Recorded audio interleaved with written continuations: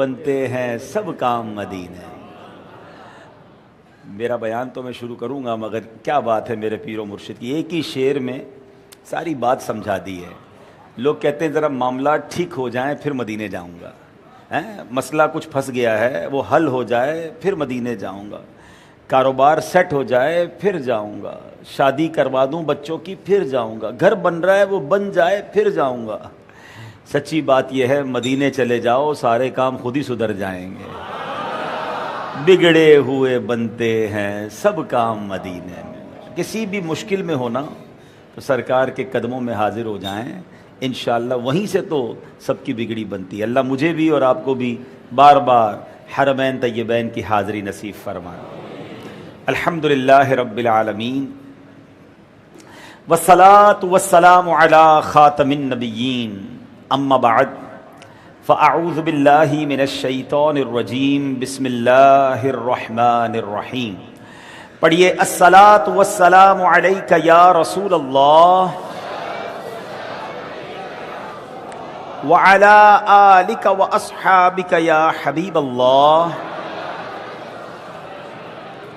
الصلاة والسلام علیک یا نبی اللہ وعلی آلک واصحابک یا نور اللہ۔ نویت سنت الاعتکاف۔ پیارے پیارے اسلامی بھائیوں اور مدنی چینل کے ناظرین، الحمدللہ عز و جل آج جمعرات ہے۔ ہر جمعرات دعوت اسلامی کا ہفتہ وار سنت و برا اجتماع دنیا بھر میں ہزاروں مقامات پر ہوتا ہے، اور اسی سلسلے میں آج کراچی کے علاقے ملیر میں عظیم الشان سنت و بھرا اجتماع جاری ہے۔ اللہ کریم سے دعا کرتے ہیں رب کریم ہم سب کا جمع ہونا اپنی بارگاہ میں قبول فرمائے، شب جمعہ کی برکتیں ہم سب کو نصیب فرمائے۔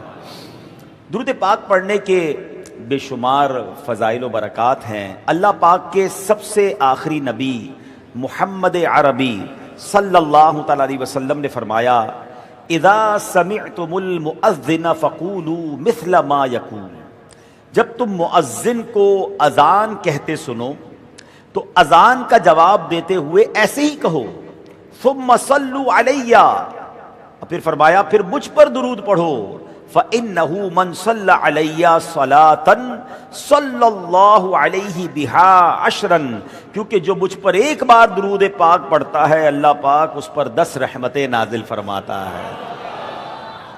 مایوس کیوں ہو آسیوں تم حوصلہ رکھو، مایوس کیوں ہو آسیوں تم حوصلہ رکھو، رب کی عطا سے ان کا کرم ہے سبھی کے ساتھ، خطبہ اذان نماز عبادت کوئی سی ہو، خطبہ اذان نماز عبادت کوئی سی ہو، ذکر نبی ضرور ہے ہر بندگی کے ساتھ۔ کیسی پیاری حدیث ہے کہ جب بھی مؤذن اذان کہے تو جو مؤذن اذان کہہ رہا ہے ہم اسی الفاظ کو انہی الفاظ کو ریپیٹ کرتے جائیں تو الحمدللہ ایک روایت کے مطابق اگر مرد ریپیٹ کرتا ہے تو اس کو ہر جملے کے بدلے 2 لاکھ نیکیاں ملتی ہیں، خواتین کے لیے 1 لاکھ نیکی ہر جملے کے بدلے۔ اب سوچیں روزانہ لاکھوں لاکھ نیکیاں ہم تو اذان کو ریپیٹ کر کے کما سکتے ہیں۔ یہ الگ بات ہے کہ کچھ صیغے ایسے ہیں جس کے اندر کچھ اور بھی پڑھنا ہے ساتھ، لیکن اگر اذان کو بھی ریپیٹ کر دیں، جو مؤذن صاحب کہہ رہے ہیں اللہ اکبر آپ بھی کہیں اللہ اکبر، تو سبحان اللہ، ایک تو یہ ثواب آپ کو مل رہا ہے۔ پھر نبی پاک نے کیا فرمایا کہ اذان ہو جائے اب اس کے بعد مجھ پر درود پڑھو، کیونکہ مجھ پر درود پڑھنا جو ایک بار درود پاک پڑھتا ہے اللہ اس پر 10 رحمتیں نازل فرماتا ہے، 1 بار پر 10، 10 بار پر 100، اور 100 بار پر 1000 رحمتیں۔ اچھا آپ نے کبھی غور کیا کہ 100 بار درود پاک میں وقت کتنا لگتا ہے؟ الصلاۃ والسلام علیک یا رسول اللہ درود پاک ہے، صلی اللہ تعالی علی محمد صلی اللہ علیہ وآلہ وسلم یہ بھی درود پاک۔ مختصر درود پاک کی میں بات کر رہا ہوں تو ایک درود میں کتنی دیر لگتی ہے؟ 2 سیکنڈ یا 3 سیکنڈ، ٹھیک ہو گیا۔ اگر 3 سیکنڈ میں ایک درود پاک پڑھ لیتا ہوں تو 100 درود پاک 300 سیکنڈ میں پڑھ لوں گا، ٹھیک ہو گیا۔ 60 سیکنڈ کا 1 منٹ ہے، 5 منٹ میں 4 سے 5 منٹ میں 100 بار درود پاک ہو جاتے ہیں۔ یعنی پورے دن میں 5 منٹ نہیں نکال سکتا میں درود پاک پڑھنے کے لیے. 100 درود پاک، 1000 رحمتیں. اللہ اکبر. اور کچھ حدیثوں میں 100 بار درود پاک پڑھنے کی الگ فضیلتیں بھی آئی ہیں. ایک حدیث پاک کا مضمون ہے کہ جو 100 بار درود پاک پڑھے اس کی دونوں آنکھوں کے درمیان لکھ دیا جاتا ہے کہ یہ بندہ نفاق اور دوزخ کی آگ سے بری ہے، اور قیامت کے دن اللہ اسے شہیدوں کے ساتھ اٹھائے گا. 100 بار درود پاک within 5 minutes. اللہ اکبر. موبائل کھولیں، ریلز پہ ریلز دیکھ رہے ہیں، 2 منٹ کی، 3 منٹ کی، 1.5 منٹ کی، گھنٹہ نکل گیا پتہ نہیں ہے. نہ جانے کتنے گناہ ہو گئے، کتنی بے حیائی، کتنی جناب بدنگاہی، گناہ الگ. لیکن 5 منٹ اگر درود پاک کے لیے مخصوص کر لیں تو کتنی برکتیں مل سکتی ہیں. مبارک ہو انہیں جو سینکڑوں بار درود پڑھتے ہیں، جو کئی منٹ اور بعض اوقات 1 گھنٹہ درود پڑھتے ہیں، انہیں بہت مبارک ہو.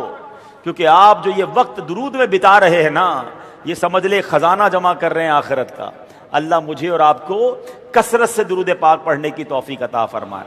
اچھا، پھر جو ابھی رات چل رہی ہے، اسپیشل نائٹ ہے، یہ جو جمعرات ہے یہ خاص درود پاک پڑھنے کی رات ہے. اور جو جمعے کا دن ہے، اللہ اکبر، یوں سمجھ لیں جمعے کا اسپیشل وظیفہ ہی درود پاک ہے. ایک حدیث پاک کا مضمون ہے جو جمعہ کے دن 200 بار درود پاک پڑھ لے اس کے 200 برس کے گناہ معاف کر دیے جائیں گے. آئے ہائے کیسی مہربانیاں ہیں. ہر جمعے اسکیم آتی ہے، مگر جو خوش نصیب ہے وہ پا لیتے ہیں، کچھ فضول کاموں میں وقت گزار لیتے ہیں. تو آئیے میں بھی نیت کروں، آپ بھی نیت کریں کہ انشاءاللہ روزانہ کثرت کے ساتھ درود پاک پڑھیں گے، محبت کے ساتھ بآواز بلند درود پاک پڑھ لیں. صلو علی الحبیب صلی اللہ تعالی علی محمد صلی اللہ علیہ وسلم. حدیث پاک میں آتا ہے انما الاعمال بالنیات، اعمال کا دار و مدار نیتوں پر ہے. اب جتنی اچھی نیتیں زیادہ اتنا ثواب بھی بڑھ جاتا ہے. سبحان اللہ. آئیے مل کر اچھی نیتیں کر لیتے ہیں.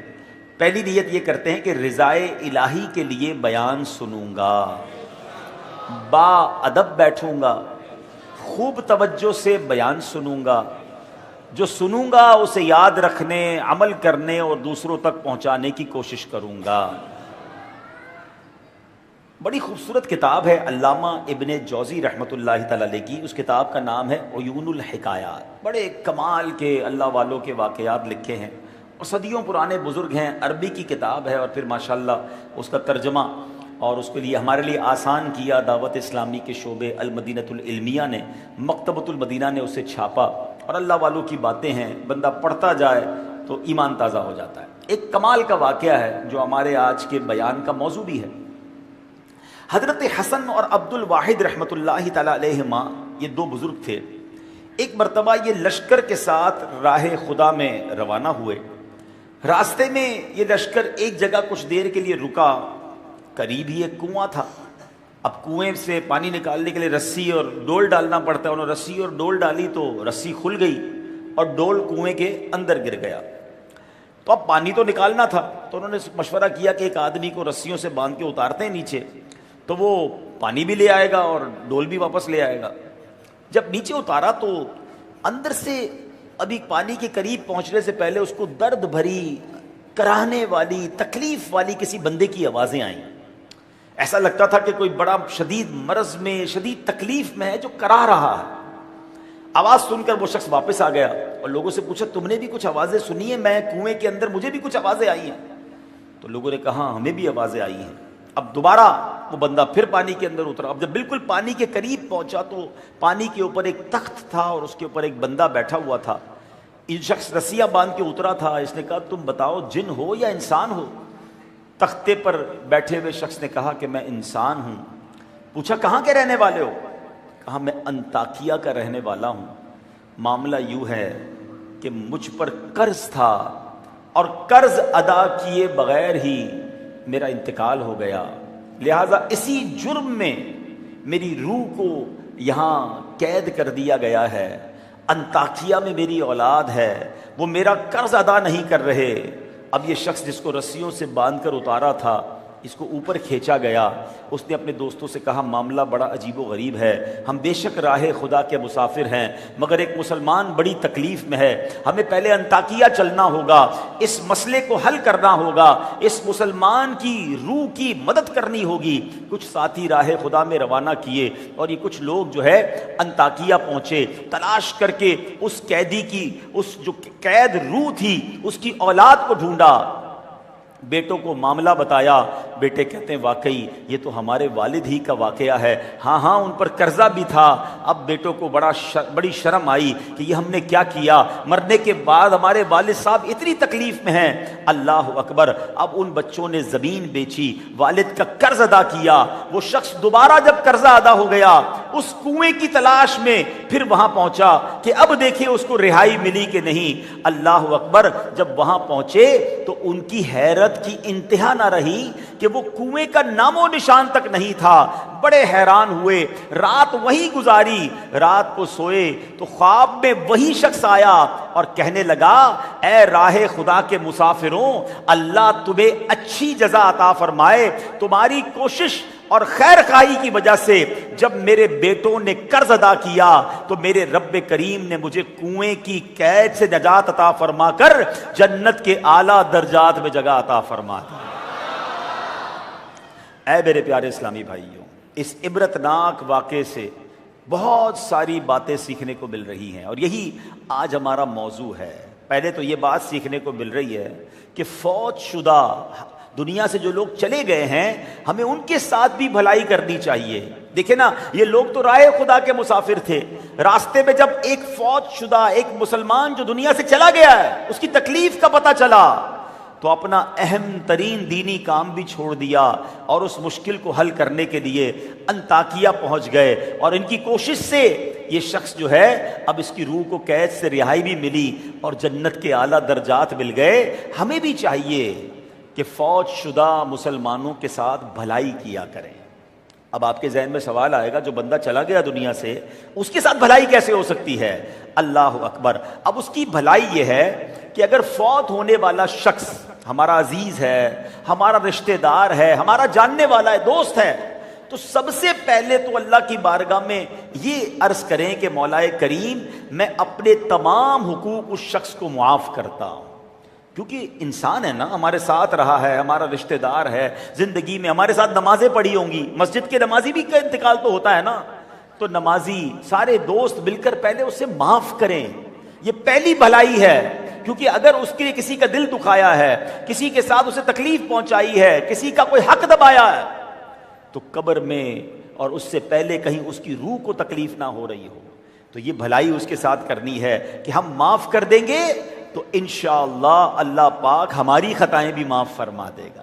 جو بندوں کو معاف کرتا ہے اللہ اسے بھی معاف فرماتا ہے. اچھا, پھر اسی طرح فوت شدگان کے لیے خوب اصالے ثواب کرے, درود پاک پڑھ کے, تلاوت کر کے, نمازیں پڑھ کے, غریبوں کو کھانا کھلا کر, ختم شریف کا اہتمام کر کے, بالخصوص اپنے رشتہ داروں کے لیے, عزیزوں کے لیے, بلکہ سارے مسلمانوں کے لیے اصالے ثواب کرتے رہیں. انشاءاللہ اس کی برکتیں فوت شدگان کو ملتی رہیں گی. ساتھ ہی ساتھ ہمارے ثواب میں بھی اضافہ ہو جائے گا. اللہ کریم ہم سب کو, تمام مسلمانوں کا اور بالخصوص جو فوت شدہ مسلمان ہیں ان کا ہمیں خیر خواہ بنا دے.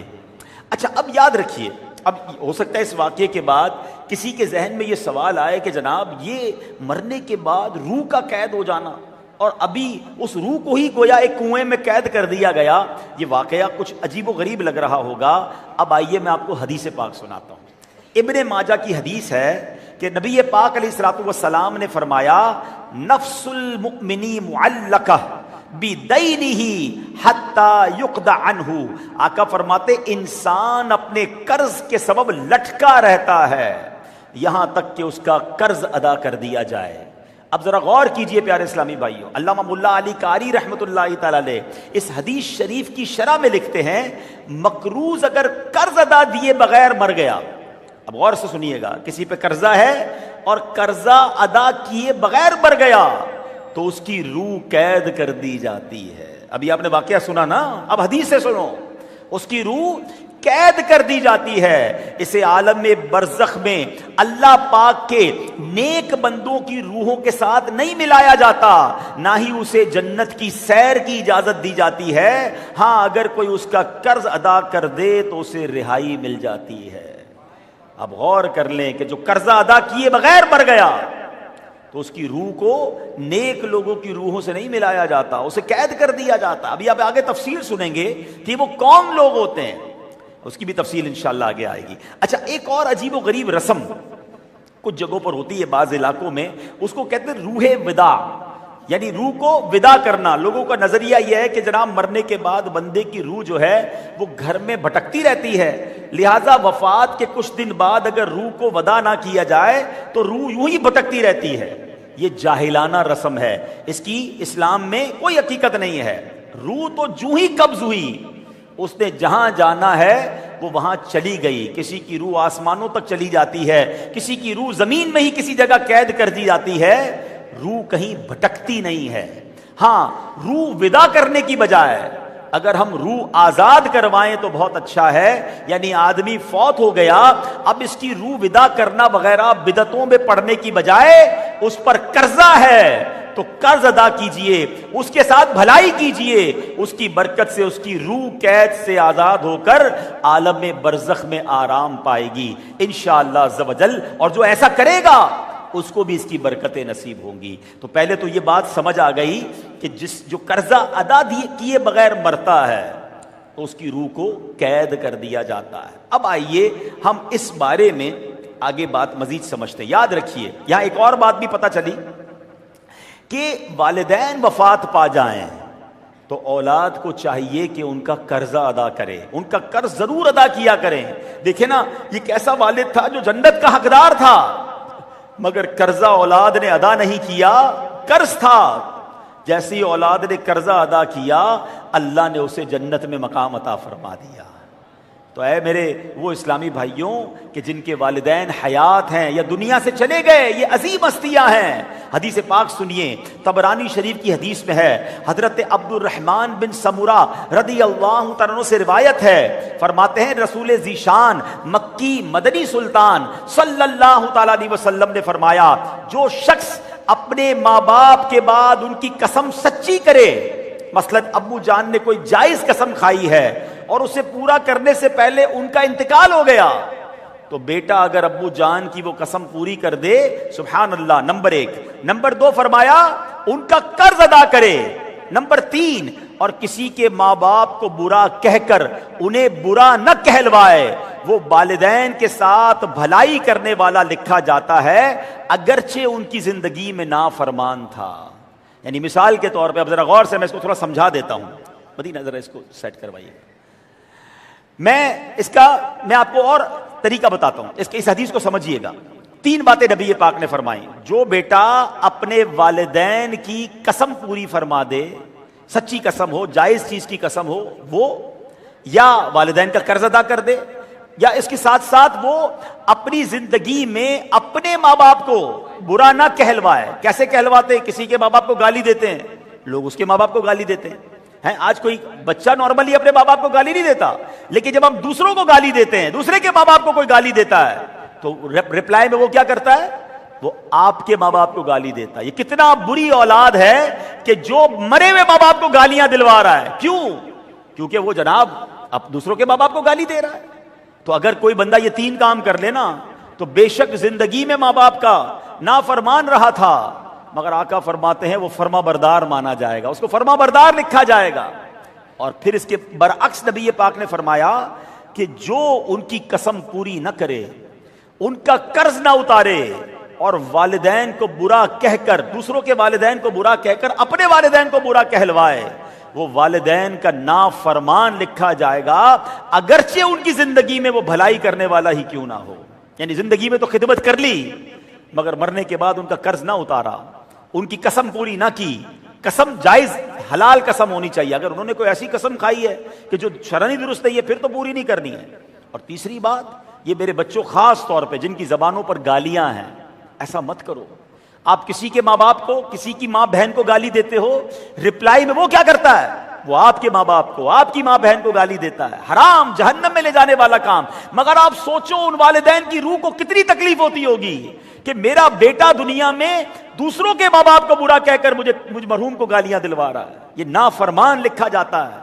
ہونا تو یہ چاہیے کہ میرے ماں باپ اگر دنیا سے چلے گئے نا تو دنیا والے مجھے دیکھ کر کہیں کہ بیٹا ایسا ہے تو ماں باپ کیسے ہوں گے، کیا تربیت کی ہے۔ ارے تمہارے ماں باپ کمال کے لوگ تھے، بتاؤ ان کی روح کتنی خوش ہوگی کہ میرے بیٹے کو دیکھ کر لوگ مجھے دعائیں دے رہے ہیں۔ اب سارے بچے اپنے بارے میں غور کریں، سارے نوجوان جو مجھے سن رہے ہیں، کہ کیا مجھے دیکھ کر، میرے کردار کو دیکھ کر، میری عادتوں کو دیکھ کر لوگ میرے ماں باپ کے بارے میں اچھا گمان رکھتے ہیں، یا میرے ماں باپ کو برا بھلا کہتے ہیں کہ کیا تربیت کی ہے، ہر وقت لڑتا ہے، ہر وقت بری باتیں، پورے محلے کو پریشان کیا ہے، کاروبار صحیح نہیں کرتا، لوگوں کے پیسے ٹائم پر نہیں دیتا، جھوٹے وعدے کرتا ہے، یہ کیا تربیت کی تمہارے ماں باپ نے؟ تو سوچے وہ کتنا بدنصیب بیٹا ہے، وہ کتنی بدنصیب بیٹی ہے کہ جس کی وجہ سے اس کے ماں باپ کو برا بھلا کہا جا رہا ہے۔ تو یہ تین باتیں آج یاد کر لیں کہ ماں باپ کی قسم پوری کرے، ماں باپ کا قرض اتارے، اور پھر ماں باپ، کسی کے ماں باپ کو برا کہہ کر اپنے ماں باپ کو برا نہ کہلوائیں، تو انشاءاللہ ان کے ساتھ بھلائی کرنے والا، ان کا فرما بردار اللہ کی بارگاہ میں لکھا جائے گا۔ اے میرے پیارے اسلامی بھائیوں، اب آتے ہیں قرض کی طرف، کیونکہ اس پورے واقعے میں جو مین چیز ہے وہ ہے قرض ادا کیے بغیر دنیا سے چلا گیا۔ اب قرض کا معاملہ شریعت میں بڑا ترتیب سے، بڑی تفصیل سے بیان کیا گیا ہے۔ دیکھیں قرض ایک اتنا اہم معاملہ ہے کہ شاید ہی کوئی ہوگا جس نے کبھی زندگی میں قرض کا لین دین نہ کیا ہو۔ تقریباً سبھی ضرورت کے تحت یا تو قرض دے رہے ہوتے ہیں یا قرض لے رہے ہوتے ہیں۔ پھر یہ معاملہ جتنا عام ہے اتنا اہم بھی ہے۔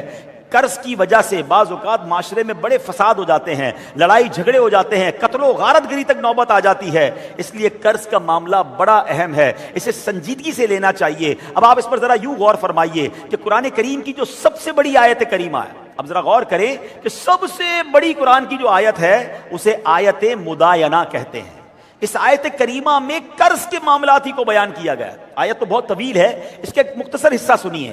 اللہ قرآن مجید میں ارشاد فرماتا ہے، یا ایھا الذین آمنوا اذا تداینتم بدین الی اجل مسمى فاکتبوہ۔ دوبارہ سنیے، یا ایھا الذین آمنوا اذا تداینتم بدین الی اجل مسمى فاکتبوہ۔ کیا فرمایا؟ ترجمہ کنز العرفان، اے ایمان والو جب تم ایک مقرر مدت تک کسی قرض کا لین دین کرو تو اسے لکھ لیا کرو۔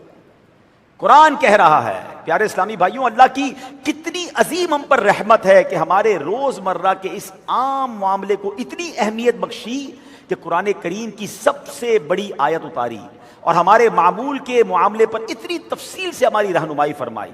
تو اے میرے پیارے اسلامی بھائیوں، اب قرض کے معاملے کو ذرا سمجھیے۔ وہ لوگ جو قرض لے کر نہیں لوٹاتے بلکہ دینے کی نیت ہی نہیں ہوتی، قرض لیتے وقت اور انداز، قرض لوٹاتے وقت اور انداز، پہلے چاپلوسی ہے، پہلے جناب بڑی منتیں ہیں، بڑی لجاجت ہے، اور قرض لینے کے بعد وہ بندہ ہی بدل جاتا ہے۔ بعض اوقات تو یہ افسوس ہوتا ہے، یار برسوں کا تعلق تھا، کاش نہ ہی دیتا اسے قرضہ، تعلق بھی ختم ہو گیا، بندہ ہی غائب ہو گیا نا۔ بچپن سے دوستی تھی، اتنا اچھا اٹھنا بیٹھنا تھا، قرضہ لے کر گیا، بندہ ہی چلا گیا، یار دوستی بھی ختم ہو گئی۔ ایسا نہ کریں۔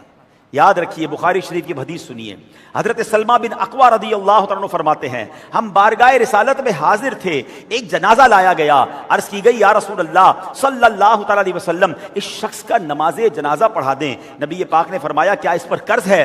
عرض کی گئی یا رسول اللہ قرض نہیں ہے۔ پوچھا اس نے مال چھوڑا ہے؟ کہا گیا نہیں چھوڑا۔ بے شک نبی پاک علیہ السلام نے نماز جنازہ ادا فرمائی۔ ایک اور جنازہ آیا، نبی پاک نے اب سوال کیا اس پر کچھ قرض ہے؟ عرض کی گئی جی ہاں یا رسول اللہ اس پر قرض ہے۔ فرمایا کچھ مال چھوڑا ہے؟ کہا جی یا رسول اللہ اس نے 3 دینار چھوڑے ہیں۔ نبی پاک علیہ السلام نے اس کی بھی نماز جنازہ ادا فرمائی۔ تیسرا جنازہ لایا گیا، نبی پاک نے پوچھا کیا اس پر قرض ہے؟ پوچھا، عرض کیا کہ جی ہاں یا رسول اللہ اس پر 3 دینار کا قرض ہے۔ فرمایا کوئی مال چھوڑا ہے؟ کہ حضور مال نہیں چھوڑا۔ پیارے آقا نے فرمایا تم اپنے ساتھی کا جنازہ پڑھ لو۔ حضرت ابو قتادہ رضی اللہ تعالیٰ عنہ حاضر تھے، کہتے یا رسول اللہ اس کا قرض میں ادا کروں گا۔ اس کا قرضہ اپنے ذمہ لیا۔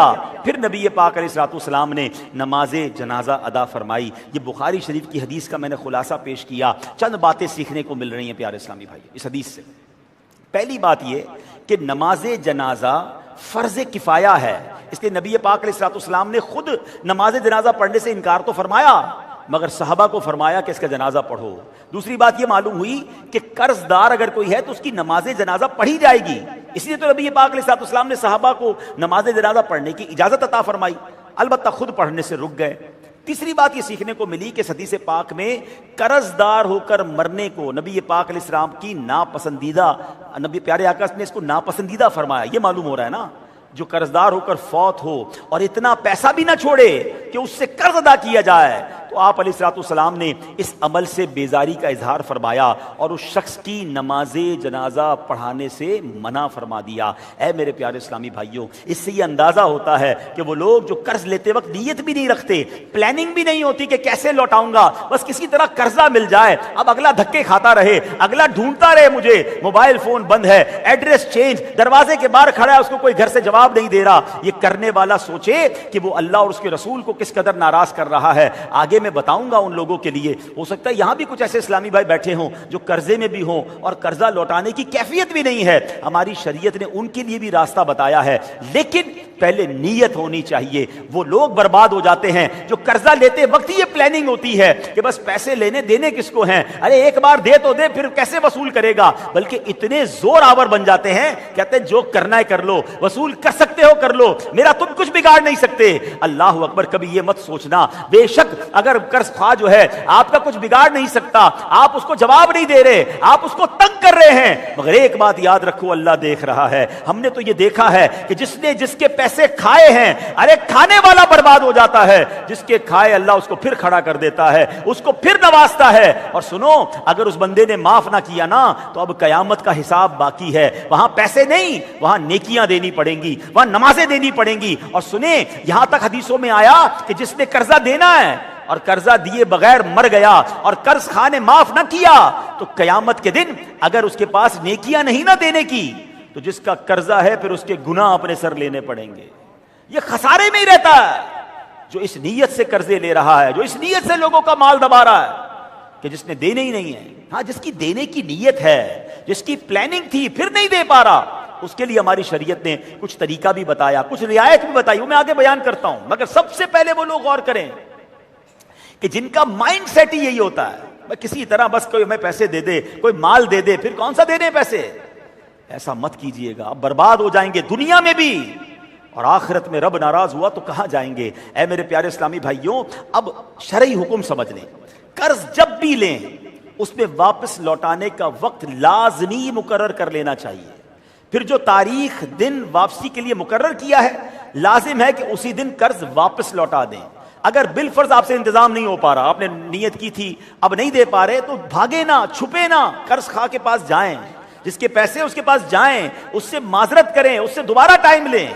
یہ صبح لے لینا، شام لے لینا، بس کل لے لینا، فکر ہی نہ کرو، دھکے کھلا رہے اس کو، یہ بالکل درست نہیں ہے۔ یاد رکھیے، قرض میں بلا وجہ تاخیر کرنا گناہ ہے، اور اس تاخیر کا گناہ اس وقت تک لکھا جاتا رہے گا جب تک قرض لوٹا نہیں دیا جاتا۔ حدیث پاک میں ہے، جو قرض دار قدرت کے باوجود قرض دینے والے کو ٹالے تو اللہ پاک ہر دن اور رات اس پر ایک گناہ لکھتا ہے۔ یہ گناہ کا میٹر جاری ہے، گھر چل رہا ہے، عمرے پہ جا رہے ہیں، شادیاں کر رہے ہیں، گاڑی پہ پیٹرول ڈالنے کے پیسے، باقی سب چیزوں کے لیے پیسے ہیں۔ جس سے پیسے لیے اس کو دینے کے لیے تمہارے پاس پیسے نہیں ہیں، اس کو تم ٹائم پہ ٹائم دیے جا رہے ہو، ہر وقت گناہ کا میٹر جاری ہے۔ ایسا نہ کریں، اگر کسی وجہ سے پھنس گئے اس کو معذرت کریں، ٹائم سے پہلے اس کے پاس جائیں، اس کو فیس کریں، اس بیچارے کا کیا قصور تھا جس نے آپ کو قرض دیا۔ لیکن آج پرابلم یہ ہے کہ ان چند برے لوگوں کی وجہ سے جو لوگوں کے پیسے دبا لیتے ہیں، اب لوگوں نے قرضہ دینا چھوڑ دیا، اتنی بڑی نیکی کرنا چھوڑ دی۔ ابھی آگے بیان میں آپ سنیں گے کہ قرض دینا کتنی بڑی نیکی ہے اور کیا خوبصورت میرا اور آپ کا دین ہے۔ قرض لینے والوں کو بھی سمجھایا جا رہا ہے کہ جب لے لو تو اچھے طریقے سے لوٹاؤ، ٹائم پر لوٹاؤ، اور دینے والوں کو کہا جا رہا ہے کہ قرض دیا کرو، ثواب بہت ہے، قرض دے کر تھوڑی مہلت بھی دیا کرو، تمہیں اس کا اجر ملے گا۔ کیا خوبصورت مذہب ہے کہ دونوں طرف کے لوگوں کو ہمارا دین سکھا رہا ہے۔ اب ایک بڑا مشہور جملہ ہے کہ جلدی کا کام شیطان کا ہے۔ واقعی کئی کاموں میں جلدی نہیں کرنی چاہیے، بعض اوقات جلدی کے فیصلے نقصان کے ہوتے ہیں، مگر سبحان اللہ، علماء کرام فرماتے 6 کام میں جلدی کرنا شیطان کی طرف سے نہیں، بلکہ ان 6 کاموں میں جلدی کرنا ضروری ہے۔ اب غور سے وہ 6 کام سن لیں۔ 6 کام کون سے ہیں؟ فرمایا نماز کا وقت ہو جائے تو نماز میں جلدی کرنا. کچھ لوگ کہتے ہیں بعد میں پڑھ لیں گے، آخری منٹ میں جا کے نماز پڑھ رہے ہوتے اور اس میں کئی بار ان کی نماز چلی جاتی ہے. نماز کا ٹائم ہو گیا، نماز پڑھیں. نمبر 2، مہمان آئے تو اس کی مہمان نوازی کرنا. یہ بھی بڑا مسئلہ ہے. کسی کے گھر چلے جائیں، اب اس کی مرضی کب کھانا کھلائے، اس کی مرضی کب فارغ کرے. بھئی ہر بندے کا اپنا ٹائم ہوتا ہے. مہمان آ گیا، اس کی فوراً مہمان نوازی کرے، اس کو تاخیر نہ کریں. تیسرے نمبر پر کسی کے مرنے پر کفن دفن میں جلدی کرنا. یہ بھی بڑا مسئلہ ہے. فلاں رشتہ دار آ جائیں، فلاں آ جائیں، ذرا مجمع بڑا ہو جائے، 2 3 دن تک بعضوں کا تدفین نہیں کرتے. تو تدفین میں جلدی کرنی چاہیے. میت کا حق ہے کہ اس کو جلدی اس کی ٹھکانے پر پہنچا دیا جائے. چوتھے نمبر پر بیٹی بالغ ہو جائے تو اس کی شادی میں جلدی کرنا. یہ بھی آج کل بہت بڑا مسئلہ ہو گیا ہے. شادیاں نہیں کرتے ماں باپ. میرے ہاتھ جڑے ہوئے ہیں. میں بہت ساری باتیں لائیو چینل پر نہیں بتا سکتا، لیکن ہمیں مکتوب آتے ہیں، ہمیں ای میلز آتی ہیں. ہاں، بچیوں کی طرف سے بھی آتی ہے، لڑکوں کی طرف سے بھی آتی ہے. خدا کے واسطے اس موضوع پر بیان کریں. ہمارے ماں باپ شادی نہیں کر رہے، جلدی نہیں کر رہے، ہم کیسے گناہوں سے بچیں؟ آج کا معاشرہ آپ کے سامنے ہے. خدا کے واسطے میری ماں باپ سے گزارش ہے، اللہ رزق دینے والا ہے. بچی بالغ ہو گئی، اس کی شادی کر دیں. بیٹا بڑا ہو گیا، اس عمر کو پہنچ گیا، اللہ کریم ہے، اللہ روزی دینے والا ہے. بے شک پیر پہ کھڑا ہونا چاہیے اس کو کچھ نہ کچھ، لیکن اتنی بھی تو تاخیر نہ کرے کہ اس کے لیے اپنی زندگی کو سنبھالنا، اپنے معاملات کو سنبھالنا مشکل ہو جائے. تو پلیز یہ دیکھیں، شریعت بتا رہی ہے کہ بچی بالغ ہوئی اس کی شادی کر دیں. آگے فرمایا قرض کی ادائیگی کا وقت آ جائے تو اسے جلدی جلدی ادا کرنا. جیسے ہی قرض کا ٹائم آ گیا فوراً ادا کریں. اس میں جلدی کریں. بندہ کہ یار جلدی کا کام شیطان کا، مہینے کا قرضہ لیا 6 مہینے میں دوں گا، نہیں، یہ غلط ہے. اور 6 نمبر پر فرمایا گناہ ہو جائے تو توبہ کرنے میں جلدی کرنا. ہاں، گناہ کیے جا رہے ہیں یار، کر لیں گے توبہ. ابھی بوڑھے ہوں گے نا، پھر اللہ اللہ ہی کریں گے. آج گناہ ہوا، ابھی گناہ ہوا، ابھی توبہ کریں. کیا معلوم توبہ کا ٹائم ملے ہی نہ اور اس سے پہلے ہی میری موت ہو جائے. گناہ عادت بن گئی تو توبہ کو دستور بنا لو. بار بار توبہ کریں، بار بار توبہ کریں. اللہ بڑا کریم ہے، وہ معاف کرنے والا ہے. تو اے میرے پیارے اسلامی بھائیوں، نبی پاک علیہ الصلوۃ والسلام کی ہم نے حدیث بھی سنی. اب ایک اور حدیث پاک جو میں نے پہلے اپنے خلاصے میں تو عرض کر دی، مگر اب حدیث بھی سن لیں. ابن ماجہ کی حدیث ہے. پیارے آقا علیہ الصلوۃ والسلام نے فرمایا کوئی شخص اس حال میں مر جائے کہ اس پر 1 دینار یا 1 درہم قرض ہو تو اس دن جب دینار کام نہیں آئیں گے، قیامت کے دن اسے اس کی نیکیوں سے اس کا قرض ادا کیا جائے گا. خدا کے واسطے زندگی کا ایک اصول بنا لے کہ کسی کا کوئی 1 روپیہ بھی میری طرف نہیں آنا چاہیے. دنیا میں ادا کر دیں، ڈھونڈ کے ادا کر دیں، ورنہ ایسا نہ ہو کہ قیامت کے دن بھاری پڑ جائے. ہم کہاں سے دیں گے نیکیاں؟ اعلیٰ حضرت امام اہل سنت ایک جگہ فرماتے ہیں جو کسی کے 3 پیسے جان بوجھ کر دبا لے. کتنے؟ 3 پیسے. آج کل تو لاکھوں کروڑوں کی باتیں ہو رہی ہیں، پیسے تو ہیں بھی نہیں، مگر 3 پیسے دبا لے. فرمایا قیامت کے دن اسے 700 مقبول با جماعت نمازیں دینی پڑ جائیں گی. 3 پیسے کے بدلے ہے کہ کسی نے زمین دبائی ہوئی ہے، کسی نے اللہ معاف کرے اپنے ہی بھائی نابالغ یتیم بچے کا مال دبا کے لوگ بیٹھے ہوئے، نہیں دیتے حصہ، بہنوں کو حصہ نہیں دیتے، وراثت میں حصہ نہیں دیتے. کوئی کسی کی زمین قبضہ کیے بیٹھا ہے، کوئی کسی کا مال قبضہ کیے بیٹھا ہے، کوئی قرضہ نہیں لوٹا رہا. آج یہ سب کرنے والے غور کر لیں. ہیں ٹھیک ہے، بندہ آپ کا کچھ نہیں بگاڑ رہا، مگر قیامت کے دن مظلوم کا ہاتھ ہوگا اور ظالم کا گریبان ہوگا. کیسے جواب دے سکیں گے؟ تو اے میرے پیارے اسلامی بھائیوں، اللہ کرے یہ بات ہمیں سمجھ آ جائے اور ہم نے قرآن مجید کی آیت سنی نا، یا ایھا الذین آمنوا اذا تداینتم بدین الی اجل مسمى فاکتبوہ. اے ایمان والو، جب تم ایک مقرر مدت تک کسی قرض کا لین دین کرو تو اسے لکھ لیا کرو. تو پتہ چلا ہمیں حکم قرآنی پر عمل کرتے ہوئے اپنے لین دین کے معاملات کسی جگہ لکھتے رہنا چاہیے. یہ بھی بڑا پرابلم ہے، لکھتے نہیں ہیں. ٹھیک ہے نا؟ اب لکھتے نہیں ہیں تو پھر بعد میں پریشان ہوتے ہیں کہ یار وہ زبانی کلامی سودا ہوا تھا، زبانی کلامی کام کیا تھا. نہیں، لکھیں کہ آپ نے کسی کو کیا دیا ہے، کیا لیا ہے. لکھنے کا ایک اور فائدہ ہوتا ہے، اور وہ فائدہ یہ ہوتا ہے کہ آپ نے لکھا ہے کہ مجھے کس سے لینے ہیں اور مجھے کس کو دینے ہیں. میرا ہو گیا، مثال کے طور پہ میں نے لکھا ہے میرا انتقال ہو گیا، میرے بچوں کو تو پتا ہو کس سے لینا ہے، کس کو دینا ہے. بعض اوقات بیچارے قرض خواہ ڈھونڈ رہے ہوتے ہیں کہ بھائی آپ کے والد کو پیسے دیے تھے، کہتے ہمیں تو پتہ ہی نہیں، ابو نے بتایا ہی نہیں، کہیں لکھا ہی نہیں. تو نہیں میرے پیارے اسلامی بھائیوں، ہمیشہ یہ عقل مند لوگوں کا کام بھی ہے اور یہ قرآن بھی ہمیں بتا رہا ہے، لکھو. لین دین کا معاملہ لکھنا چاہیے. ہماری میمنی کا ایک جملہ بڑا مشہور ہے، لکھیو واچا ہے، لکھا ہوگا تو پڑھا جائے گا نا، لکھا ہوگا ہی نہیں تو کہاں سے پڑھا جائے گا؟ تو بالکل اپنا قرضہ، اپنا کس سے لینا ہے، کس سے دینا لکھ بھی لیں، اور وہ لکھا ہوا کسی کو بتا بھی دے کہاں پڑا ہے، لکھ کر ایسی جگہ رکھا کہ مرنے کے بعد بھی کسی کو نہیں ملا۔ بچے کو بتائیں، بچوں کی والدہ کو بتا دیں، کسی ایک دو لوگوں کو پتا ہو کہ دیکھیں یہ مجھے لوگوں سے پیسے لینے ہیں، یہ دینے ہیں، میرے مرنے کے بعد بیٹا جس کو دینے ہیں اس کو دے دینا ہے، بے شک وصول بھی کریں گے تو بچوں کے کام آئیں گے۔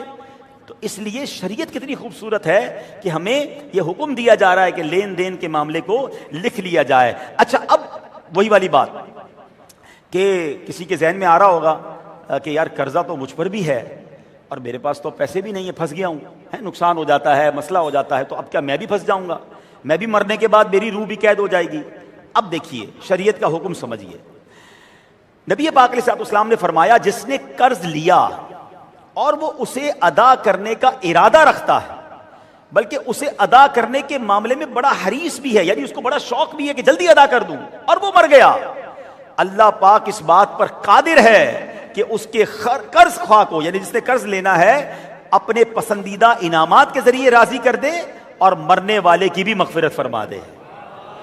اور جس نے قرض لیا وہ اسے ادا کرنے کا ارادہ ہی نہیں رکھتا، ایسے بھی تو لوگ ہیں نا جن کو دینا ہی نہیں ہے، میں نے کون سے دینے ہیں، پہلے لے لو پھر ڈھونڈتا رہے گا، کر کیا لے گا، میرا کیا بگاڑ لے گا، ایسے بھی لوگ ہیں نا۔ سنو، جس نے قرض لیا اور دینے کا ارادہ نہیں رکھتا، پھر وہ اسے ادا کیے بغیر مر گیا، تو اس سے پوچھا جائے گا کیا تو یہ گمان کرتا تھا کہ فلاں کو تجھ سے اس کا پورا حق لے کر نہ دیں گے؟ یعنی اللہ پاک کی بارگاہ سے پوچھا جائے گا کہ اللہ انصاف نہیں فرمائے گا؟ پھر اس کی نیکیوں میں سے کچھ نیکیاں لی جائیں گی، قرض خواہ کو نیکیوں کے بدلے، نیکیوں میں قرض کے بدلے کے طور پر دی جائیں گی، اور اگر اس کے پاس نیکیاں نہ ہوئیں تو جس نے پیسے لینے ہیں نا قرض خواہ، اس کے گناہ لے کر اس کے سر پر ڈالے جائیں گے۔ یہ فرق سمجھ لیں، آپ کی قرضہ لیتے وقت نیت تھی قرضہ لوٹانے کی، اب نہیں دے پا رہے، اللہ غیب سے مدد کرے گا، دعا کرو اللہ سے کہ اللہ میرا قرض اتر جائے، وظائف لکھے حدیثوں میں، آپ دعا کریں اللہ غیب سے مدد کرے گا، کیونکہ آپ کی نیت ہے۔ اور اگر نیت ہی نہیں ہے تو پھر بربادی ہے، پھر دنیا میں بھی خیر نہیں ہے، آخرت میں بھی خیر نہیں ہے۔ اللہ اکبر۔ اب ذرا کمال کا واقعہ سنیے گا، اور یہ بھی بخاری شریف کا واقعہ ہے، بخاری شریف کی حدیث پہ یہ واقعہ، اور یہ بہت سارے لوگوں کے لیے تسلی کا سامان بنے گا۔ حدیث پاک میں ہے، سرکار دو عالم علیہ الصلوۃ والسلام نے بنی اسرائیل کے ایک شخص کا واقعہ بیان فرمایا بنی اسرائیل کا ایک شخص تھا، اس نے کسی سے 1000 دینار بطور قرض مانگے، سامنے والا بولا کوئی گواہ لاؤ، قرض لینے والا بولا اللہ پاک کی گواہی کافی ہے، میرے پاس گواہ تو کوئی نہیں، اللہ کی گواہی کافی ہے۔ قرض دینے والا کہتا ہے اچھا ٹھیک ہے، پیسے چاہیے، کوئی ضمانت ہی لے آؤ، کوئی گارنٹر تو لاؤ۔ کہتا ہے اللہ کی ضمانت ہے میرے پاس، باقی تو میں کوئی ضمانت نہیں لا سکتا۔ سبحان اللہ۔ اب جس نے پیسے دینے تھے نا وہ بھی کیسا کمال کا آدمی تھا، کہتا ہے سچ کہتے ہو، اللہ سے بڑا کون گواہ ہے، اللہ سے بڑا کون ضامن ہے، تم کہہ رہے تو ٹھیک ہے، میں کب دو گے پیسے؟ ٹائم طے ہوا، اس نے 1000 دینار دے دیے، اللہ کے نام پر ہمت کر کے دے دیے۔ اب یہ شخص جو تھا یہ بھی سچا آدمی تھا، پیسے لے کر سمندر پار چلا گیا کسی کام کاج کے سلسلے میں۔ اب جب مقررہ تاریخ آ گئی کہ جس ٹائم پہ اس کو پیسے لوٹانے تھے، اس نے سوچا اسی دن جاؤں گا، کشتی پکڑوں گا، دریا کراس کروں گا اور جا کر اس کا شکریہ کے ساتھ پیسے ادا کر دوں گا۔ اب جب پہنچا وہاں پر سمندر کے کنارے، دریا کے کنارے، اب کشتی نہ ملے، اس دن کشتی اویلیبل ہی نہیں تھی، بہت ڈھونڈا، بڑی کوشش کی، کوئی کشتی نہ ملی۔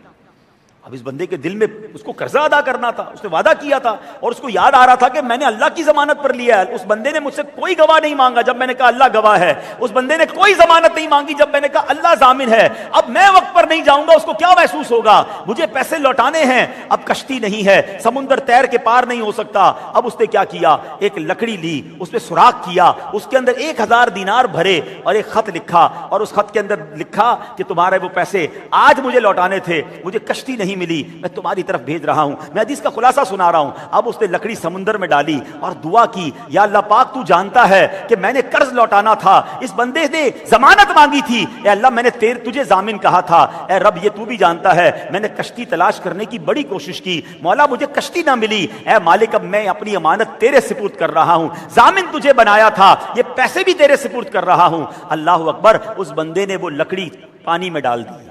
اچھا جس نے قرضہ لینا تھا اس کو بھی تاریخ یاد تھی، وہ بیچارہ آ گیا سمندر کے کنارے کہ ابھی کشتی آئے گی، وہ بندہ آئے گا میرا قرضہ لوٹائے گا، اب انتظار کر رہا ہے، کوئی کشتی تو نہیں آئی، مگر تیرتے تیرتے اس کو ایک لکڑی نظر آئی، اس نے وہ لکڑی اٹھائی اور اس نے کہا چلو لکڑی جا کر گھر لے جاتا ہوں، گھر لے گیا، جب لکڑی گھر جا کے کھولتا ہے چیرتا ہے تو اس کے اندر قرض کی رقم بھی موجود تھی اور وہ خط بھی موجود تھا۔ یہ بخاری کی حدیث ہے، نبی پاک علیہ السلام نے یہ واقعہ سنایا، اللہ اکبر۔ پتہ کیا چلا کہ اگر بندہ لوٹانے کی پکی نیت رکھتا ہے تو اللہ اس کی غیب سے مدد فرماتا ہے۔ دونوں کی نیت سچی تھی نا، دینے والے کی نیت بھی اچھی تھی، اللہ کی رضا کے لیے دیا، اللہ نے اس کا مال لوٹا دیا، اور جس نے لیا تھا اس کی نیت بھی سچی تھی، اس تک بھی مال پہنچ گیا۔ تو پتہ چلا ہے میرے پیارے اسلامی بھائیوں، اگر قرض ادا کرنے کی نیت ہے نا، اللہ فرشتوں کے ذریعے آپ کی مدد کرے گا، اللہ غیب کے خزانوں سے آپ کی مدد کرے گا۔ آپ پہلے فکر تو رکھیے، لوگوں کو احساس ہی نہیں ہے۔ اب تو حال یہ ہے کہ کسی کو پیسے دے دو نا، اب اپنے ہی پیسے واپس لینے، ٹائم تو ہو گیا، اب میرے پیسے لینے کیسے لوں؟ تو بندہ بیچارہ بتاتا ہے میرے گھر میں کوئی بیمار ہے، پلیز میرے پیسے دے دو، گھر کا کام کاج کروانا ہے اس لیے پیسے چاہیے، میری موٹر سائیکل خراب ہو گئی ہے اس لیے پیسے مانگ رہا ہوں۔ ارے اللہ کے بندے، پیسے میرے ہیں، کوئی ریزن ہو یا نہ ہو، ٹائم ہو گیا، میرے پیسے دے دو۔ لیکن آج منتیں کر کے لوگ اپنے پیسے مانگ رہے ہوتے ہیں۔ خدا کے واسطے ایسا نہ کیا کرے۔ اب آئیے، جس نے قرضہ لیا ہے، قرض کے متعلق کچھ بڑی پیاری عادتیں ہماری شریعت بیان کرتی ہے۔ اب ذرا غور سے یہ چند اصول سن لیجئے۔ نمبر 1، قرض خواہ کو تکلیف نہ دیجیے، بلکہ خود جا کر قرضہ لوٹا دیجئے، شکریہ کے ساتھ قرضہ لوٹائیے، اس کو دعائیں دیجئے کہ آپ مشکل وقت میں میرے کام آئے، اللہ آپ کو اس کی بہترین جزا عطا فرمائے۔ نبی پاک کا فرمان ہے خیرکم احسنکم قضاء، یعنی تم میں سے بہترین شخص وہ ہے جو اچھی طرح سے ادائیگی کرتا ہے۔ اب پلیز غور کر لیں، میں بڑی اہم بات کرنے جا رہا ہوں۔ آج تک جس نے قرضہ لیا ہے وہ غور کرے کہ جب میں نے لوٹایا تھا تو اچھے ماحول میں لوٹایا تھا یا پہلے جھگڑا ہوا، پہلے معاذ اللہ گالم گلوچ ہوئی، اس بیچارے نے دھکے کھائے، میں نے اس کو ستایا، آخر وہ 4 بندے لے کر آیا، پھر پیسے لوٹائے، تو کیا لوٹائے یار؟ اس بیچارے کا کیا قصور تھا؟ ہونا کیا چاہیے تھا کہ پیسے ٹائم سے پہلے میں جاتا، اسے قرضہ بھی لوٹاتا، اسے دعا بھی دیتا اور بہت اس کا شکریہ ادا کرتا۔ یہ شریعت سکھا رہی ہے۔ دوسرے نمبر پر آقا فرماتے ہیں، بزرگوں نے فرمایا، جب رقم کا انتظام ہو جائے تو مقررہ وقت آنے کا انتظار نہ کریں بلکہ فوراً ہی قرض لوٹا دیں۔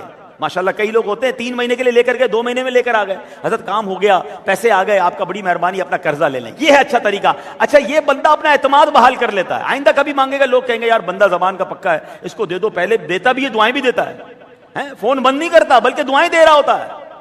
اللہ کرے یہ بات سمجھ آ جائے۔ تیسری بات، بالفرض قرض خواہ ڈرائے دھمکائے، بڑی اہم بات ہے، تو جلی کٹی سنائے تو اس سے الجھنے، جواب میں جلی کٹی سنانے، اکڑ دکھانے سے بچیں بلکہ اسے معاف کر دیں۔ نبی پاک علیہ السلام نے کسی سے قرض قبول فرمایا۔ اب کمال کی بات ہے، میرے آقا وہ ہیں انما انا قاسم واللہ یعطی، بے شک اللہ عطا فرماتا ہے، میں تقسیم فرماتا ہوں۔ ارے ساری دنیا خاندی ہے، خیرات مدینے دی، مگر آقا ہماری تربیت کے لیے نبی پاک نے قرضہ قبول فرمایا تاکہ ہماری تربیت ہو، لینا کیسے ہے، دینا کیسے ہے۔ اب قرضہ قبول فرمایا اور جو وقت آ گیا اس بندے نے جس نے قرضہ لینا تھا نبی پاک کی بارگاہ میں حاضر ہوا، وہ پیارے آقا علیہ السلام اس کیفیت میں نہ تھے کہ ادائیگی کر سکیں۔ اب وہ شخص سخت بد کلامی پر اتر آیا، معاذ اللہ نبی پاک کے سامنے بد کلامی کی۔ جب صحابہ نے دیکھا تو صحابہ بڑے جلال میں اس کی طرف بڑھے۔ پیارے آقا علیہ السلام نے صحابہ کو روکا اور فرمایا دعوہ فإن لصاحب الحق مقالا، یعنی اسے چھوڑ دو کہ حقدار کو بولنے کا حق حاصل ہوتا ہے۔ اللہ اکبر، یعنی نبی پاک نے یہ ہمیں سبق دیا کہ جب کسی نے رقم لینی ہے، ہم نہیں دے پا رہے اور وہ غصے میں آ رہا ہے، ایسا اسے کرنا نہیں چاہیے، اس کو نرمی کرنا چاہیے، لیکن اب سامنے سے ہمیں نہیں لڑنا چاہیے بلکہ اسے معاف کر دینا چاہیے۔ اللہ اکبر، یہ بھی ہمارا دین ہمیں سکھا رہا ہے۔ ورنہ ہوتا یہ ہے، جس نے پیسے لینے ہیں اس نے غصہ کیا، اب جس نے دینے اس سے بڑا غصہ کیا، الٹا مار کٹائی شروع ہو گئی۔ تھوڑا درگزر سے کام لیں، معافی مانگیں، ریکویسٹ کریں، بھائی انشاءاللہ میں دے دوں گا، تھوڑے دنوں میں دے دوں گا۔ اچھا تھوڑے تھوڑے دینا بھی تو شروع کریں نا، دینے 1 لاکھ روپے ہیں، 5-5 ہزار بھی نہیں دے رہے، اگلے کو لگتا ہے اس نے دینے ہی نہیں ہے۔ ایسا نہ کریں، تھوڑے تھوڑے قرض لوٹانا شروع کر دیں، اس سے ٹائم مانگیں، اس کو راضی کریں، ورنہ یہ ناراض ہوا تو رب بھی ناراض ہو جائے گا۔ اے میرے پیارے اسلامی بھائیوں، یہ تو باتیں ہو گئیں ان لوگوں کے لیے جنہوں نے قرض لیا ہے اور وہ نہیں دے رہے، وہ تکلیف دے رہے ہیں، وہ جناب گناہگار ہو رہے ہیں۔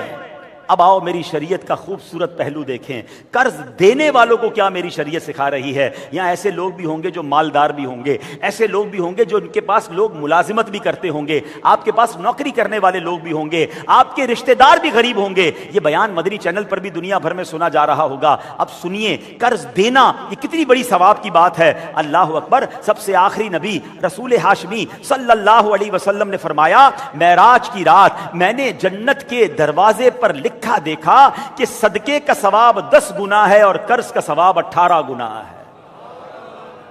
اللہ اکبر۔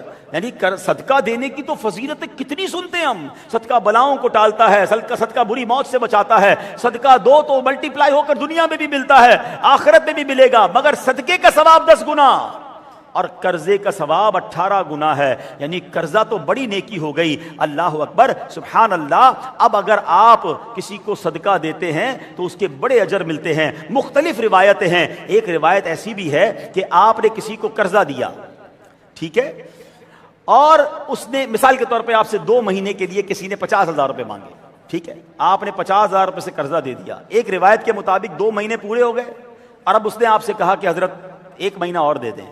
آپ نے اسے ٹائم دے دیا تو اب روزانہ 50,000 روپے اللہ کی راہ میں خرچ کرنے کا ثواب آپ کو مل رہا ہے۔ اور ایک روایت یہ بھی ہے کہ جیسے ہی آپ نے قرضہ دیا، یعنی مثال کے طور پہ آپ نے 1 مہینے کے لیے 5,000 10,000 کسی کو قرضہ دیا، روزانہ 10,000 روپے اللہ کی راہ میں خرچ کرنے کا ثواب مل رہا ہے۔ اور اب اس نے مقررہ مدت کے بعد اور ٹائم آپ سے مانگا کہ حضرت 1 مہینہ اور دے دیں، تو اب آپ کا روزانہ کا ثواب ڈبل ہونا شروع ہو جائے گا۔ اب سوچیں، پیسے تو میرے 2-3 مہینے میں واپس آ گئے، لاکھوں لاکھ روپے اللہ کی راہ میں خرچ کرنے کا ثواب بھی مجھے مل گیا۔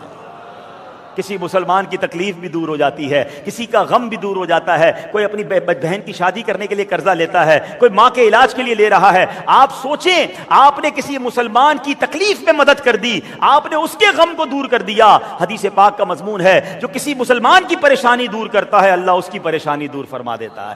بندہ جب تک اپنے بھائی کی مدد پہ کرنے میں لگا رہتا ہے اللہ تعالیٰ اس کی مدد فرماتا رہتا ہے۔ بلکہ میں تو آپ کو مشورہ دوں گا، کسی پرابلم میں ہیں، کسی مشکل میں ہیں، کسی تکلیف میں ہیں، اپنی تکلیف تو حل نہیں ہو رہی، کیونکہ ہمارے ہاتھ میں تو نہیں نا کہ میں بیماری دور کر دوں، میرے ہاتھ میں تو نہیں کہ میں اپنے گھر کے مسائل دور کر دوں، میرے کاروبار کا بہت بڑا مسئلہ ہو گیا ہے، میں سمجھتا ہوں میرے ہاتھ میں نہیں ہے، چلے میری پرابلم تو میرے ہاتھ میں نہیں ہے، مگر یہ حدیث میری نظر میں ہو کہ میں کسی مسلمان کی پریشانی دور کروں گا اللہ میری پریشانی دور کرے گا، میں کسی کے لیے آسانی کروں گا اللہ میرے لیے آسانی کر دے گا۔ تو چلیں اپنی پرابلمز کو رکھیں سائیڈ پہ، کسی مسلمان کی پریشانی کو ڈھونڈ لیں، کسی پڑوسی کی پریشانی کو ڈھونڈ لیں، کوئی قریبی رشتہ دار دیکھیں کسی مشکل میں تو نہیں، اس کی مشکل حل کر دیں، انشاءاللہ آپ اس کی مشکل دور کریں گے، اللہ آپ کی مشکل دور فرما دے گا۔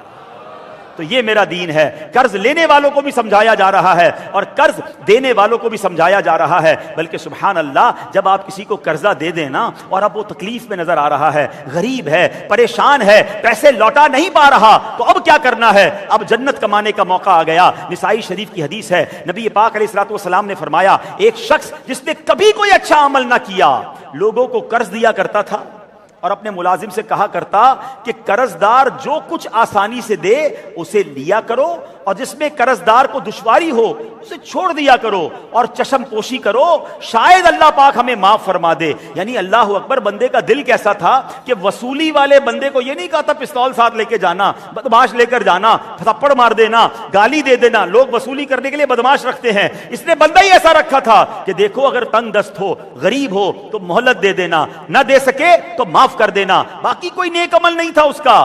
اللہ اکبر، جب انتقال ہوا اللہ پاک نے اس سے فرمایا، کیا تو نے کوئی اچھا عمل کیا؟ عرض کرتا ہے حضور نہیں، مگر میرا ایک غلام تھا، میں لوگوں کو قرض دیا کرتا تھا، جب میں اسے قرض کا تقاضا کرنے کے لیے بھیجتا تھا تو کہتا تھا جو آسانی سے دے دے، آسانی سے ملے وہ لے لو، اور جس میں قرض دار کو دشواری ہو اس کو چھوڑ دو، چشم پوشی کرو۔ اللہ پاک سبحان اللہ، وہ کہتا ہے یا اللہ میں اپنے بندے کو یہ کہا کرتا تھا کہ شاید میں بندوں سے چشم پوشی کروں تو اللہ پاک بھی مجھ سے چشم پوشی فرمائے، چشم پوشی یعنی درگزر فرما دے۔ اللہ اکبر، اللہ پاک نے فرمایا بے شک میں نے تجھے بھی معاف فرما دیا۔ کوئی نیک عمل نہیں، بندوں کے لیے آسانی، غریبوں کے لیے آسانی، مہلت دینے والا کام۔ اب میں آخری بات کر کے اپنے بیان کو کنکلوڈ کرتا ہوں۔ اب لوگ کہہ رہے ہوں گے یار آپ بات تو صحیح کر رہے ہیں مگر قرضہ دے کر ایکسپیرینس اچھا نہیں ہوا ہے، جب بھی پیسے دیے نا، میں نے کہا نا ہمارے ساتھ بھی ہوا ہے، کبھی کبھی تو یہ افسوس ہوا کہ یار اتنا اچھا دوست تھا، اتنے اچھے تعلق تھے، پیسے دے کے دوست بھی کھو دیا وہ، کیونکہ ہم سے ملتا ہی نہیں ہے، فون ہی نہیں اٹھاتا، کیونکہ اس کو لگتا ہے پیسے مانگ رہے ہیں۔ لیکن میں اس کا آپ کو ایک فارمولہ بتاتا ہوں۔ ویسے تو قرضہ جن کو اللہ نے نوازا ہے نا، میں آپ کو ایک مشورہ دیتا ہوں، آپ ایک کام کریں، ایک پرٹیکولر اماؤنٹ، جتنی آپ کی حیثیت ہے، ہر بندے کی الگ الگ پوزیشن ہوتی ہے، مثال کے طور پہ آپ کو لگتا ہے 50,000 روپے ایسے ہیں میرے پاس کہ میں اس کو کہیں نہ کہیں قرضے میں دے سکتا ہوں، کوئی سمجھے لاکھ روپے ہیں، کیونکہ روز 50,000 کرنے کا ثواب اللہ کی راہ میں، لاکھ روپے آپ قرضہ دیں گے، روز لاکھ روپے اللہ کی راہ میں خرچ کرنے کا ثواب ہے، جس کی جیسی پوزیشن۔ اب آپ پہلے تو یہ دیکھیں کہ وہ لوگ جو آپ کے اپنے پاس ملازم ہیں، اب آپ کا ہی ملازم آپ کو کہتا ہے صاحب 20,000 دے دیں، مہینے کے 5,000 کاٹ لیجیے گا تنخواہ سے، آپ کے پیسے تو کہیں نہیں جائیں گے نا، آپ کے پاس ہی کام کر رہا ہے، اب ہر مہینے 5,000 کاٹ لیں۔ اب کیا ہوگا، 4 مہینے بعد پیسے بھی آ گئے اور کتنا سارا ثواب بھی آ گیا، مسلمان کی مدد کرنے کا موقع بھی مل گیا۔ تو جو کمپنیز کے لوگ ہیں، جو کاروباری لوگ ہیں، جو دکاندار لوگ ہیں، وہ اپنا ایک بجٹ رکھا کریں، یہ میرا اور آپ کا فائدہ ہے کہ اگر مجھ سے کوئی قرض لے کر جا رہا ہے تو مجھے روز اتنا ثواب مل رہا ہے، اور پیسے یقیناً گارنٹی رکھیں، اپنی تمام تحقیق کر لیں، اپنے پاس کوئی نہ کوئی ایسی صورت رکھیں کہ آپ کے پیسے واپس ملیں۔ تو انشاءاللہ قرض دینے والا نظام ہونا چاہیے، اس سے دل میں رحم دلی پیدا ہوتی ہے، یہ سودی نظام کا خاتمہ ہی ایسے ہوگا۔ آج پرابلم یہ ہے، کسی سے قرضہ مانگو، کہتا ہے مجھے کتنا نفع دو گے، 2 لاکھ روپے چاہیے مجھے، مہینے کے کتنے دو گے، یعنی سخت دل ہو جاتا ہے سود کا کام کرنے والا۔ اب وہ مسلمان کی تکلیف سے بھی فائدہ اٹھا رہا ہے، پتہ ہے اس کی ماں بیمار ہے، پتہ ہے اس کے گھر میں پرابلم ہے، مگر میں تجھے پیسے دوں گا، مجھے مہینے کا نفع کتنا دو گے۔ اللہ اکبر، کسی کی تکلیف سے فائدہ اٹھا رہے ہیں۔ نہیں میرے پیارے اسلامی بھائیوں، اپنا ایک بجٹ رکھیں، یہ اللہ سے کاروبار ہے، یہ وہ نیکی ہے، اگر آپ کسی کا بھلا کریں گے انشاءاللہ آپ کا بھلا ہوگا۔ تو آج کے بیان میں دونوں طرف کی بات ہوئی ہے، قرض لینے والا تاخیر نہ کرے، قرض لینے والا لیتے وقت دینے کا ارادہ کرے تو اللہ غیب سے اس کی مدد فرمائے گا۔ دعا کرتا رہے کہ مولا مجھے ایسی طاقت دے کہ میں اپنا قرض وقت سے پہلے ادا کروں، اور اگر نہیں کر پا رہے رابطہ کرے اس سے جس کے پیسے ہیں، معافی مانگے اس سے، ٹائم لیں اس سے، اور تھوڑے تھوڑے کر کے دینا ضرور شروع کریں تاکہ وہ ناراض نہ ہو جائے، کیونکہ وہ ناراض ہو گیا تو کہیں رب ناراض نہ ہو جائے۔ اور سبحان اللہ، جو قرض دینے والے ہیں ان کو فرمایا قرض دیا کرو، نیکی ہے، اور اگر کوئی نہیں دے پا رہا اسے مہلت دو، تمہیں تو روز کا ثواب مل رہا ہے نا، روز ثواب کا میٹر جاری ہے، تو اللہ کرے کہ یہ نیکی کرنے میں بھی ہم کامیاب ہو جائیں۔ اور